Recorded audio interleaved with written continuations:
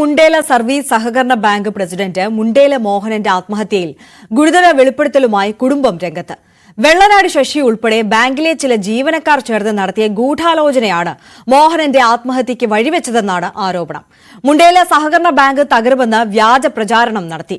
നിക്ഷേപകരുടെ പണം പിൻവലിപ്പിക്കാൻ ശ്രമിച്ചതിന് പിന്നിലും ഗൂഢാലോചന നടന്നതായി വ്യക്തമാക്കുന്ന ആത്മഹത്യാക്കുറിപ്പും കുടുംബം പുറത്തുവിട്ടു.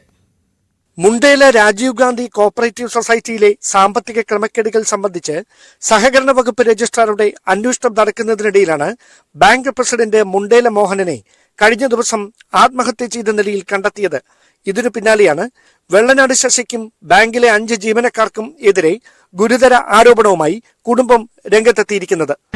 അച്ഛൻ മരിക്കുന്നതിന് 2 ദിവസം മുന്നേ ഞാൻ കണ്ടിരുന്നു.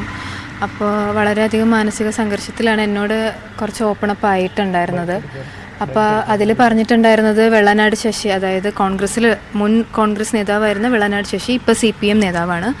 അപ്പം പുള്ളിയാണ് ഈ പ്രശ്നത്തിനെല്ലാം കാരണം എന്നാണ് എൻ്റെ അടുത്ത് പറഞ്ഞിട്ടുണ്ടായിരുന്നത്. അപ്പോൾ പുള്ളിയും ആ ബാങ്കിലുള്ള ഒരു 4 ജീവനക്കാരികളും ചേർന്ന് നടത്തിയ ഗൂഢാലോചനയാണ് ഇതെന്നാണ് പറഞ്ഞിട്ടുണ്ടായിരുന്നത് എന്നോട്. 56 കോടി രൂപയുടെ നിക്ഷേപമുണ്ടായിരുന്ന ബാങ്ക് തകരാൻ പോകുകയാണെന്ന് വ്യാജ പ്രചാരണം നടത്തി. ഇതോടെ നിക്ഷേപകർ കൂട്ടമായി എത്തി പണം പിൻവലിച്ചത് മുണ്ടേല മോഹനനെ മാനസികമായി തളർത്തിയെന്നും കുടുംബം ആരോപിക്കുന്നു. അച്ഛൻ പറഞ്ഞിട്ടുള്ള എന്താന്ന് വെച്ചാൽ ഈ വെള്ളനാട് ശശി അച്ഛനെ കമ്മ്യൂണിസ്റ്റ് പാർട്ടിയിലേക്ക് ചേരാനായിട്ട് വിളിച്ചിട്ടുണ്ടായിരുന്നു. അപ്പോൾ അച്ഛൻ അത് വിസമ്മതിച്ചിരുന്നു. അപ്പോൾ അതിനുശേഷം പുള്ളി ഇങ്ങനെ നിരന്തരമായിട്ട് ശല്യപ്പെടുത്തുകയും ബാക്കി എങ്ങനെയൊക്കെ ഉപദ്രവിക്കാൻ പറ്റുമോ അതൊക്കെ ചെയ്തിട്ടുണ്ടായിരുന്നു എന്നാണ് എൻ്റെ അടുത്ത് പറഞ്ഞിട്ടുണ്ടായിരുന്നത്. പിന്നെ ഈ പുള്ളി ഇവിടെ രാജീവ് ഗാന്ധിയിൽ ഇട്ടിരുന്ന ഒരു വലിയൊരു തുക ഡെപ്പോസിറ്റ് ഉണ്ടായിരുന്നു, അത് പിൻവലിച്ചിരുന്നു. അപ്പോൾ വെള്ളനാട് ശശി അത് പിൻവലിച്ചിരുന്നു. അതിനുശേഷം ബാക്കി കുറച്ചെന്തോ കൊടുക്കാനുണ്ടായിരുന്നതിന് വേണ്ടിയിട്ട് എൻ്റെ വീട്ടിൽ എന്നും വരുമായിരുന്നു. എന്നും രാത്രി ഒരു സന്ധ്യ കഴിയുമ്പോഴത്തേക്കും ഒരു ഇരുട്ടി കഴിഞ്ഞാൽ പുള്ളി എന്നും അവിടെ ഗേറ്റിൽ വന്ന് കിടന്ന് അടിക്കുകയും തിണ്ണയിൽ തോർത്ത് വിരിച്ച് കിടക്കുകയും അങ്ങനെയൊക്കെ ചെയ്തിട്ടുണ്ടായിരുന്നു പുള്ളി. ആത്മഹത്യ ചെയ്യുന്നതിന് ദിവസങ്ങൾക്ക് മുമ്പ് മോഹനൻ നടത്തിയ വാർത്താ സമ്മേളനത്തിലും വെള്ളനാട് ശശി ബാങ്ക് തകരാൻ ഗൂഢാലോചന നടത്തിയതായി വെളിപ്പെടുത്തൽ നടത്തിയിരുന്നു. കഴിഞ്ഞ 9-10 മാസമായി കുറെ വാസ്തവവിരുദ്ധമായ പ്രചരണത്തിന്റെ ഭാഗമായി വൻതോതിൽ ഞങ്ങൾ നിക്ഷേപം പിൻവലിക്കപ്പെടുകയുണ്ടായി.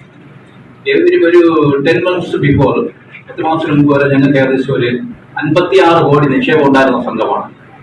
ഈ 10 മാസം കൊണ്ട് ഞങ്ങൾ 26 കോടി രൂപ തിരിച്ചു കൊടുക്കേണ്ടതുണ്ട്. അതാണ് ഞങ്ങളുടെ വിഷയം. അതിന് പിന്നിൽ വലിയൊരു സംഘടിതമായ ഒരു ദുഷ്പ്രചരണമാണ്. അസ്വാഭാവിക മരണത്തിന് അരുവിക്കര പോലീസ് കേസ് രജിസ്റ്റർ ചെയ്തിട്ടുണ്ടെങ്കിലും ഗൂഢാലോചന സംബന്ധിച്ച് വിശദമായ അന്വേഷണം ആവശ്യപ്പെട്ട് സംസ്ഥാന പോലീസ് മേധാവിക്ക് നേരിട്ട് പരാതി നൽകാൻ ഒരുങ്ങുകയാണ് മോഹനന്റെ കുടുംബം. ന്യൂസ് 18 തിരുവനന്തപുരം.